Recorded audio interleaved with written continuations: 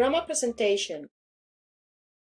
Many, much, some, any. Many and much. If we want to indicate that there is a large quantity of objects, we can use many and much. Many is the adjective we use when it's possible to count the objects, countable nouns. Example: there are many bicycles in Amsterdam. Much is the adjective we use when it's not possible to count the objects, uncountable nouns. Example: there is much space in this trailer.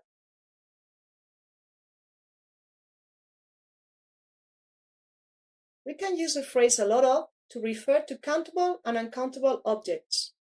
Examples: there are a lot of bicycles in Amsterdam. There is a lot of space in this trailer. Some and any. Some is an adjective that we use in positive sentences. We use it to indicate that there is more than one of an object or a certain amount of an object. It can describe countable objects in plural and uncountable objects. It is the equivalent of algunos and algo de in Spanish.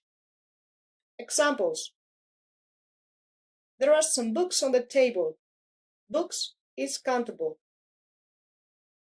There is some milk in the fridge.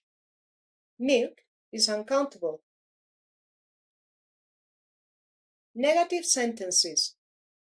Any is an adjective that we use in negative sentences.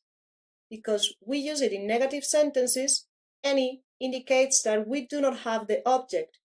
It can describe countable objects in plural and uncountable objects. It is the equivalent of ningún or nada de in Spanish. Examples: there aren't any available rooms in the hotel. Negative verb, rooms, is countable. There wasn't any liquid for the windscreen washers. Negative verb, liquid, is uncountable.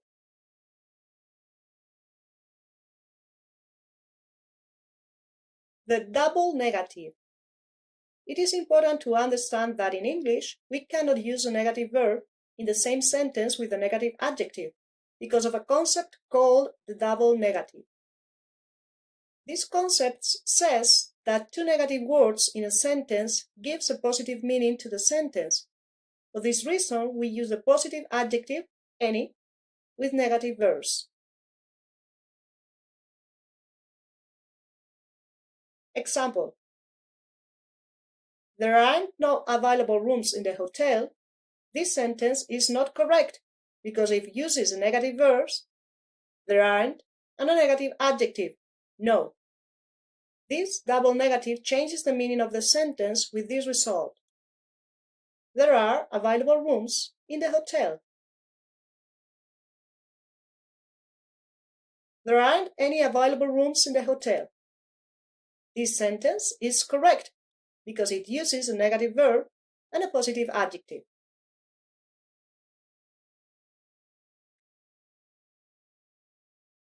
We can also indicate that we do not have the object in positive sentences. In that case, we use a positive verb, there is or there are, plus no, plus the object or objects. Like any in negative sentences, no is the equivalent of ningún or nada de in Spanish. Examples: there are no available rooms in the hotel. Positive verb. There was no liquid for the windscreen washers. Positive verb.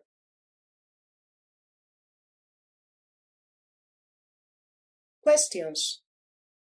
Any is also the adjective we use in questions. If we do not know if the object exists or if a person has the object, we use any.